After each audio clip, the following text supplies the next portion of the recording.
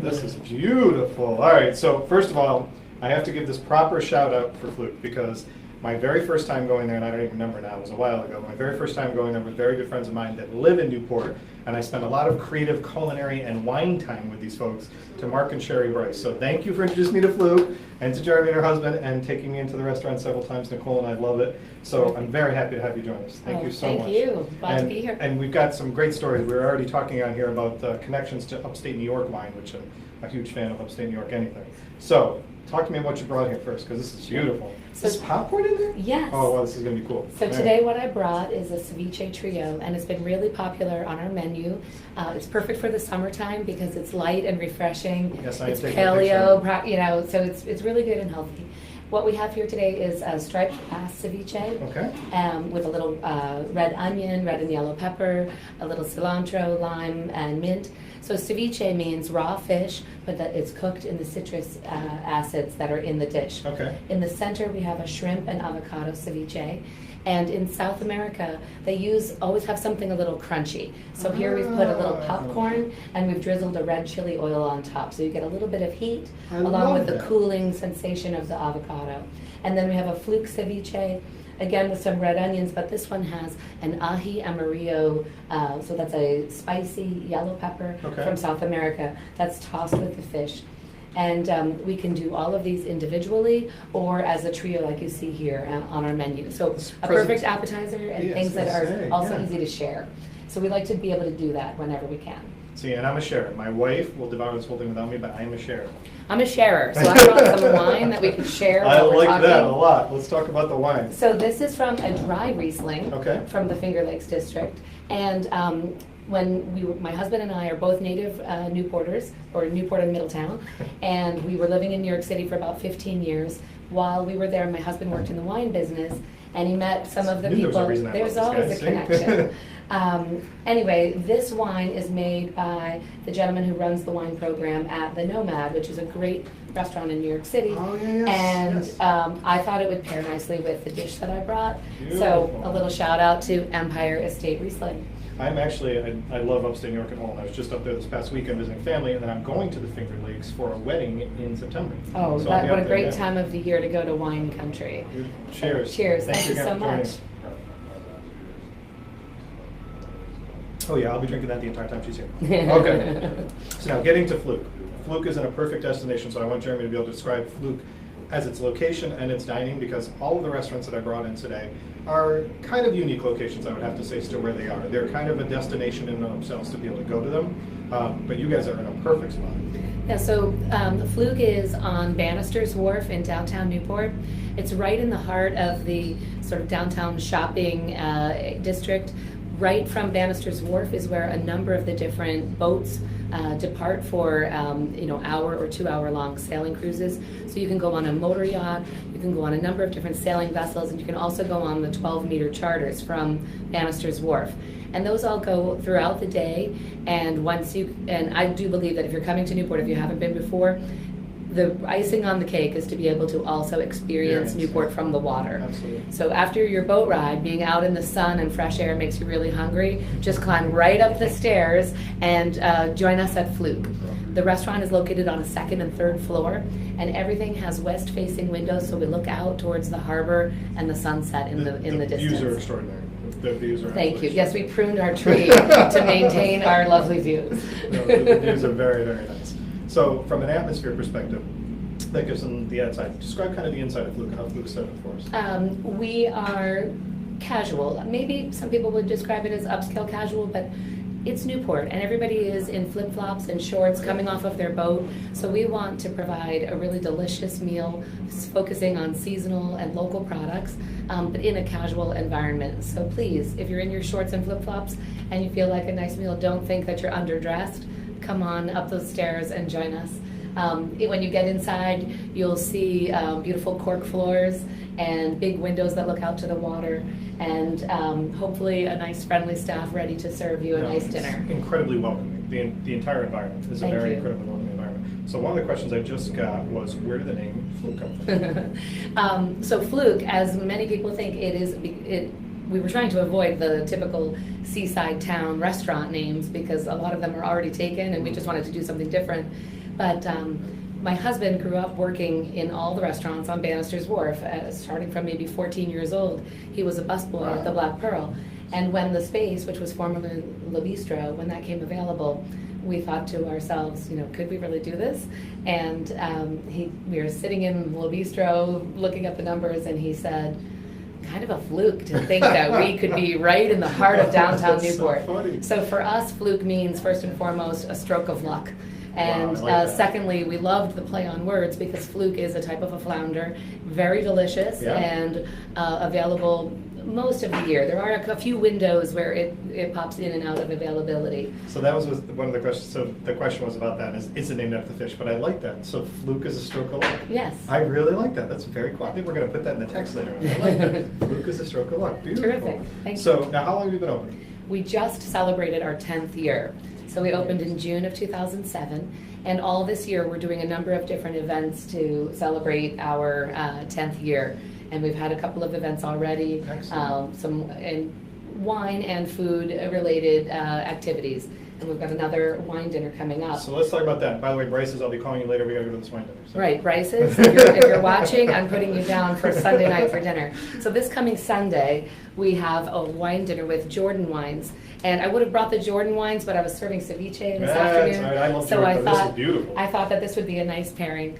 But Jordan Wineries from California, and they have really one of a small group of spectacular reputations for being excellent winemakers for years in California. Absolutely. And they have a new project. They're doing a champagne, so we'll be serving their new champagne, which is called A.R. Lenoble. And we'll be serving that with some crispy oysters and some little crostinis at the reception. Okay. And then we'll be serving for the different courses their Chardonnay. We'll be serving that with a miniature lobster roll. Chardonnay is amazing, by the way. Absolutely. Yeah.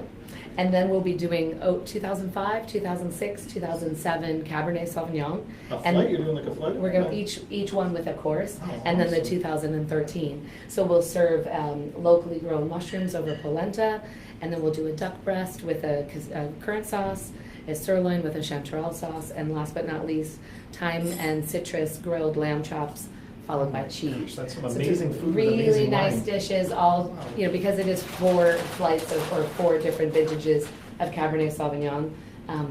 But I think it'll be a really fun night. That's absolutely amazing. And this winery is great, but paired with that kind of food, you don't find that you can get the wine like that with the flights of the different vintages like that. So people are really going to be able to do a comparison.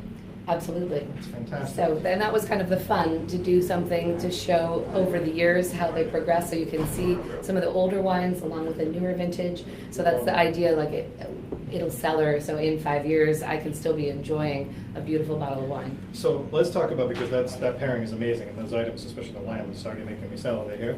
So, but where does the concept, the ideas behind your menu come from? How does your menu develop? Well, we work a lot, primarily starting with the ingredients that we have available locally. Okay. Probably 50% of our menu is seafood, and some might be unhappy to hear, but we really don't have something like salmon on our menu because we want to focus on what's locally available and what's sustainable. And I was just talking to the chef from the winery about locally sourced. It's so important And right now. there's so many great farmers and people who are doing unusual and terrific things.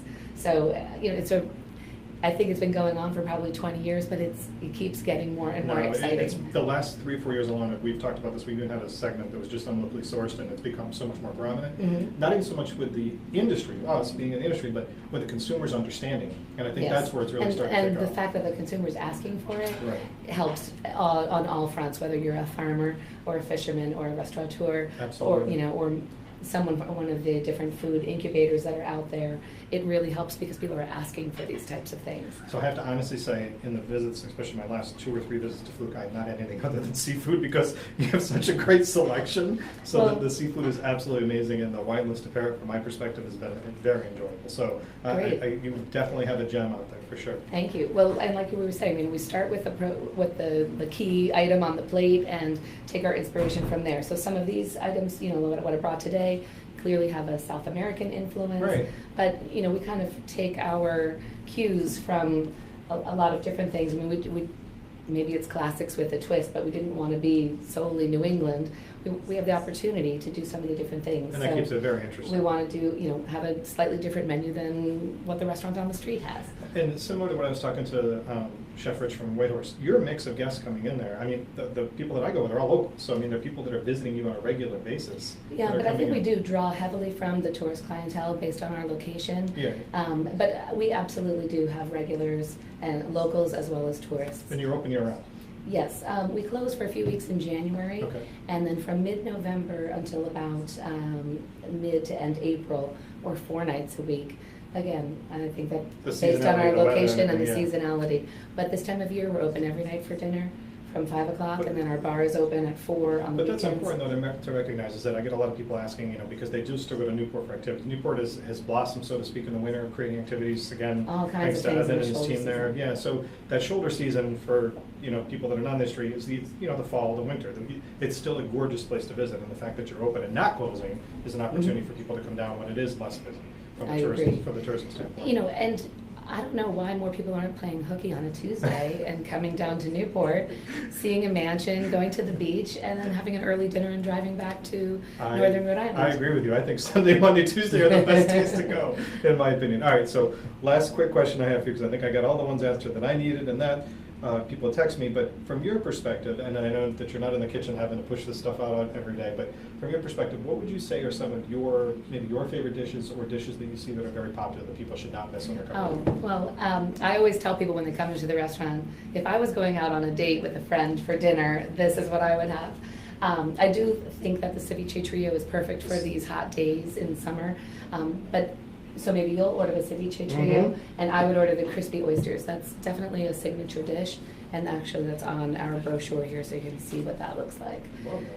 We do our crispy oysters, we dredge them in rice flour, and then we have 2 different friolators, so we quarantine items, so nothing is cross-contaminated, and therefore our items are truly gluten-free. Okay. When we do fish and chips, that would be in a no flour Gluten-free, friolator. Kate, did you hear that? Gluten-free. So we do have gluten-free fish and chips on our menu from time to time, but the crispy oysters are definitely a must this time of the year. The ceviche for entrees, I like our scallops. I think that's probably one of our more popular dishes, and that's available That's what I had year-round. last time I was there, the scallops. But if you were coming to dinner tonight, I would say have the the black sea bass, because that's something that you don't always see on a menu.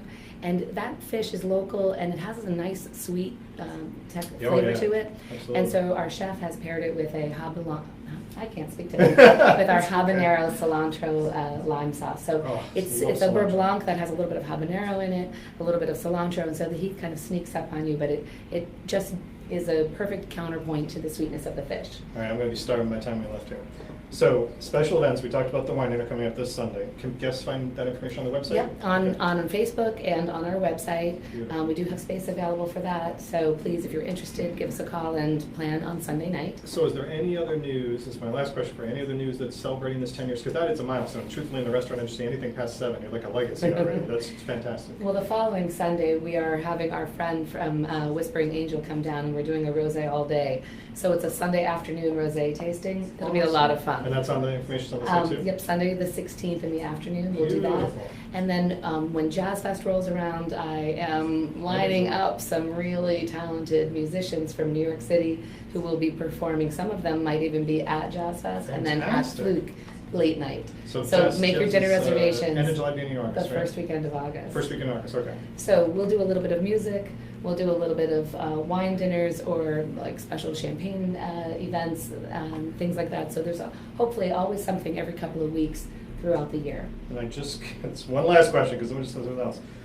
Restaurant weeks are put on by the CVBS, I know that. Yes, Did in you guys November. participate in those in November? We are big fans of Restaurant Okay, Week. awesome. There you go. So- Question answered, Mark.